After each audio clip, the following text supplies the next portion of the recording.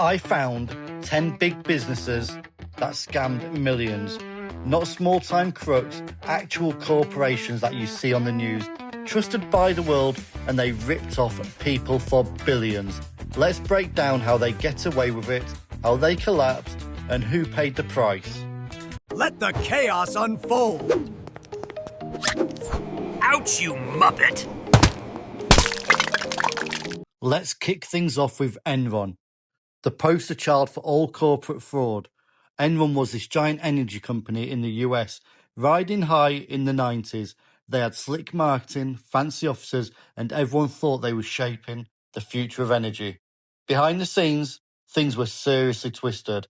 CEO Kenny Flay and CFO Andrew Fastow masterminded a web of lies, using creative accounting, basically moving money around and making up fake numbers to hide their debt. They invented complicated financial tricks called special purpose entities that made it look like the company was thriving, when in reality they were billions in the red. Investors, employees, even their own auditors were fooled. Ordinary people lost their savings and pensions. When the lie fell apart in 2001, Enron's stock tanked from $90 a share to less than $1. The company went bankrupt. Tens of thousands lost their jobs, and pension funds were wiped out. To make it more insane, the auditing firm, Arthur Andersen, who helped them fudge the numbers, was shut down for their part in the scam. If you want a story about how greed and deception can wreck lives, Enron is that example. Next up, Bernie Madoff. One man running the biggest Ponzi scheme in history. Over $65 billion. Imagine trusting your life savings to a respected Wall Street icon, someone who was chairman of NASDAQ. That's who Madoff was. He promised steady returns like clockwork. Even when the rest of the market was crashing, big names, Hollywood stars, charities, entire family estates lined up to invest. For years, people thought he'd cracked the secret of investing. But there was no secret. The whole thing was smoke and mirrors. Madoff was taking money from new investors and using it to pay off older ones. Classic Ponzi setup, but on a scale nobody could ever imagine. When the 2008 financial crash hit and everyone tried to cash out, the truth came out fast. There was nothing left. Over $18 billion in actual losses, and countless victims lost retirement money, trust funds, college savings. They were wiped out overnight. Madoff died behind bars in 2021, but the damage he did will last for generations. The shock is that he was hiding in plain sight for decades. At number 3, we have telecom giant WorldCom. They sold millions on the dream of the internet boom. Second biggest phone company in America, that's pretty major. But CFO Scott Sullivan took creative accounting to a whole new level. They hid costs and made up revenues.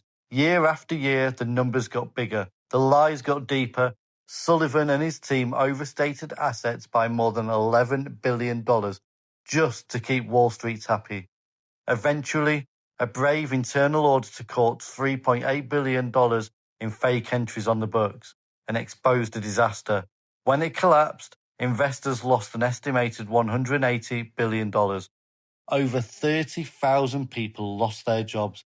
That's not just faceless shareholders, that's families losing homes, parents losing healthcare, kids losing college funds.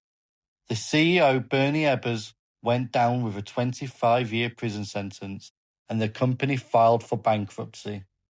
WorldCom reminds us one person with access to the numbers can destroy thousands of lives. At number 4, we have Theranos. Elizabeth Holmes was hyped as the next Steve Jobs. Theranos promised a revolution in blood testing. Hundreds of tests from a single drop of blood. Silicon Valley was obsessed. Investors lined up. The media called her a genius. Turns out most of it was a lie. The company raised $700 million based on wild claims, but their tech didn't actually work. Holmes and her team rigged demos, fooled board members, and even sent actual patient results based on faulty tests. That's right, people trusted their health and got dangerously wrong information. When the truth broke, Theranos imploded. Holmes paid a $500,000 fine, got banned from running public companies, and was later sentenced to prison after being found guilty of fraud. And here's the crazy part. Some investors still can't believe she fooled so many smart, powerful people.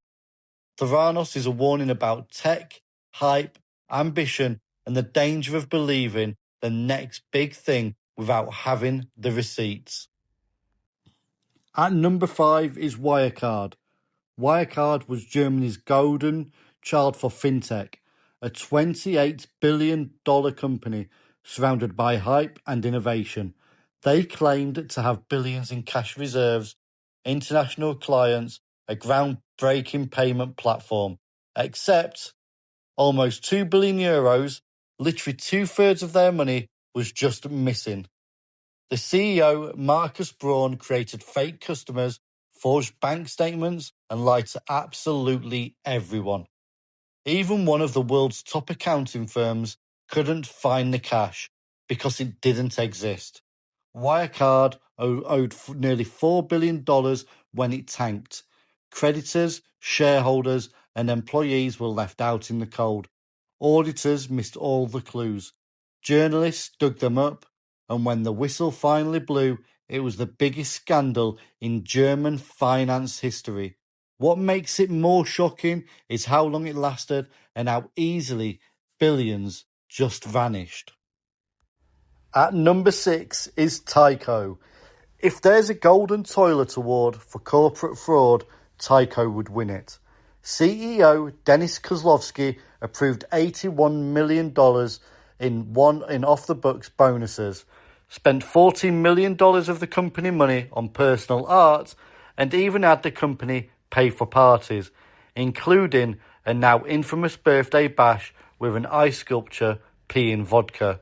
Kozlowski wasn't subtle. Tyco also paid millions in unauthorized investment banking fees to board insiders. Eventually, investigators caught him, and he was convicted on 22 counts from grand larceny to falsifying records and securities fraud. He spent 6.5 years in prison, and New York courts made him forfeit $500 million in ill-gotten gains. What's wild is how long he got away with it and how willing people were to look the other way because they trusted big business. At number 7 is Waste Management. The founders of Waste Management went all in for 5 years, overstating their company's earnings by $1.7 billion.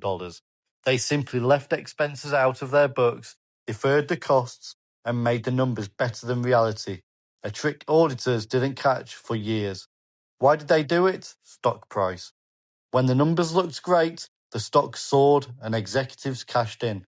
When the fraud finally surfaced, the SEC forced the company to restate 5 years of financial reports. Ordinary investors were left holding useless stock while top management walked away with millions. Waste Management shows how easy it is for numbers on pay to become billions in real life, and how slow the regulators are to actually react. At number 8 is HealthSouth. HealthSouth was once America's largest outpatient surgery and rehab company. Under CEO Richard Scrushy, they flat out invented $2.7 billion in earnings, faked records, forged signatures, bogus financial statements, and a culture of fear where staff who pushed back got bullied or axed. Scrushy lined his pockets with bogus bonuses and stock options, paying top execs to stay quiet. The company settled for $671 million with shareholders, and its reputation was shredded. Scrushy was acquitted criminally thanks to lawyers, but HealthSouth paid for his fraud for years. The kicker? Even after the dust settled, tens of thousands of patients and employees felt the shockwaves. At number 9 is Bre-X. The mining world was obsessed with Bre-X in the 90s. They claimed to find the biggest gold deposits ever in Indonesia.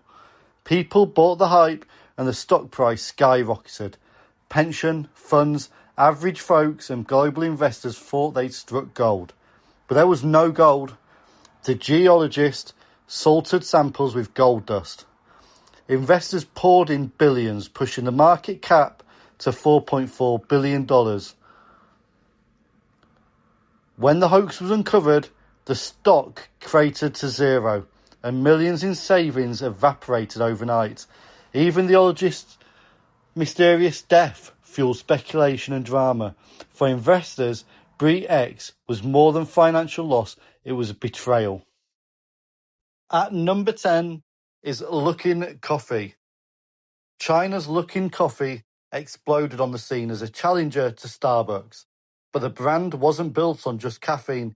It was built on $300 million in fake sales.